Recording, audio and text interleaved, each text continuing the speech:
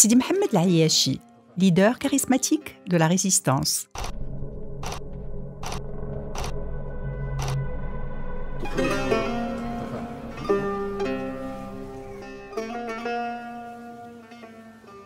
C'est un ascète lettré et surtout un grand moujahid, chef du mouvement de la résistance, qui a voué sa vie au combat contre l'occupation chrétienne dans des villes comme Mazagan, Ma'moura, Larache ou Tanger. Sidi Mohamed Ben Ahmed Al-Ayyashi est surnommé Al-Malki, en référence à la tribu d'Ibn Malk du Gharb, où il a vu le jour en 1573. Il est aussi appelé Ziyani, dans un lien à la fraction des Ouled Ziyan, toujours dans le Gharb. Quant à son appellation de l'Ayyashi, il la devrait à Ayasha, entre Larache et Assela, dans laquelle il avait remporté une victoire éclatante contre les Espagnols. Ses débuts et son initiation, Sidi Mohamed Al-Ayyashi les a fait à Salé, après sa première formation au sein de sa tribu natale du Gharb. Là, dans cette antique cité du bourg grec, il a été le disciple de Sidi Abdallah ben Hassoun al-Khalidi Slassi, qui est originaire du pays Jbala, prédicateur à la grande mosquée de Salé et apôtre de la guerre sainte. Sidi Abdallah ben Hassoun, affilié lui-même à la voie Jazoulia, initiatrice au combat contre l'occupation chrétienne, a donc livré des enseignements en ce sens à l'Ayyashi. Le contexte, précisons-le, est marqué par une forte incursion étrangère sous le signe de la croisade et par la faiblesse des derniers sultans saadiens à la suite de la mort du puissant Ahmed el-Mansour, laissant la porte ouverte à toutes sortes de convoitises.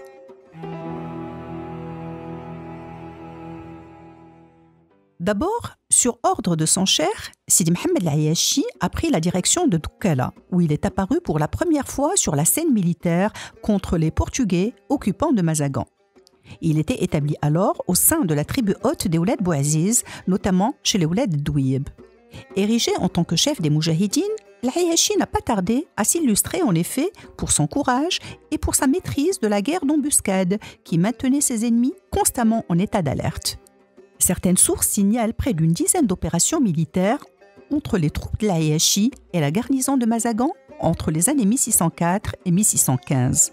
Les récits historiques évoquent aussi sa nomination en tant que Qaïd d'Azmour par le Saadia Moulay Zidane sur les instances de la population, mais également sa soudaine révocation.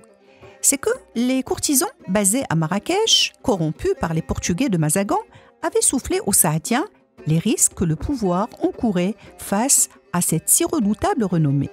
Cependant, incapable d'exécuter la besogne d'assassinat dont il était chargé, le Qaïd Mohamed Snoussi a secrètement prévenu Al-Ayyashi en lui recommandant de se sauver. Après Doukala, Sidi Mohamed Al-Ayyashi est retourné à Salé, base de ses expéditions contre les Espagnols qui occupaient la Ma'moura depuis 1614. Au cours d'une de ces opérations militaires, près de 400 Espagnols auraient trouvé la mort contre 170 personnes du côté marocain. Fort de ses exploits, et même s'il ne faisait pas l'unanimité, l'Ayyashi avait reçu des lettres des oulémas, des notables et des chefs de tribus lui donnant l'autorité de diriger la lutte armée et le dégageant par la même occasion de tout soupçon d'agitation de semeurs de troubles. Sa popularité était alors au sommet.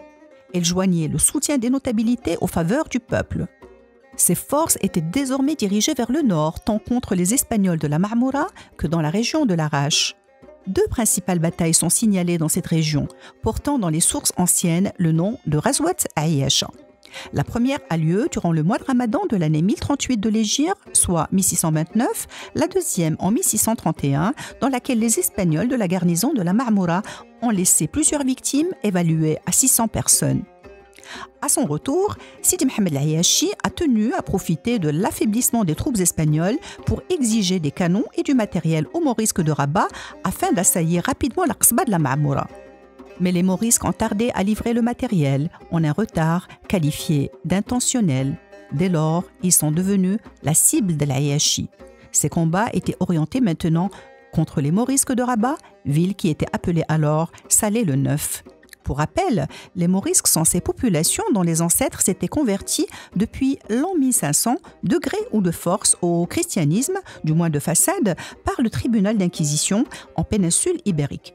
Ils ont fini tout de même chassés à la suite du décret d'expulsion promulgué en 1604 par le Conseil d'État espagnol pour arriver au Maroc entre 1610 et 1614 avec autorisation pour certains d'entre eux de s'établir à Rabat ou Salé-le-Neuf. Ces morisques étaient donc vus d'un mauvais œil par les conservateurs salétains.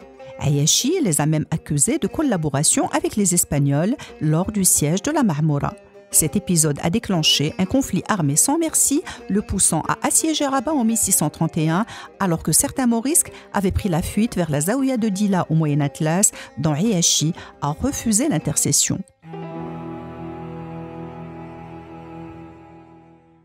Sidi Mohamed Ayashi devenait de plus en plus dérangeant de par sa puissance, alors que le pouvoir central saadien était en pleine déliquescence et que des forces nombreuses essayaient d'asseoir leur puissance. Parmi ces forces se trouvait la Zaouïa de Dila, basée au Moyen Atlas, dont l'aura religieuse s'est transformée en ambition politique et dont la sympathie initiale envers l'Ayashi s'est muée en rivalité sanglante. C'est d'autant plus marquant que Ayashi avait conclu le 13 mai 1637 un accord avec les Anglais, représenté par Charles Ier, visant la sécurisation du commerce et la fourniture d'armement. De la même manière, l'Ayashi a traité avec les Pays-Bas en vue de recevoir des munitions, obtenant ainsi en 1639 20 000 livres de poudre à canon.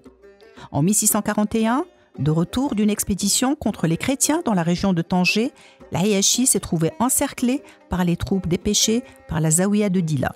Il s'abrite au sein de la tribu Khlout, dont certains membres ont fini par le trahir et l'assassiner à El Qsob, près de Qsr el-Kbir.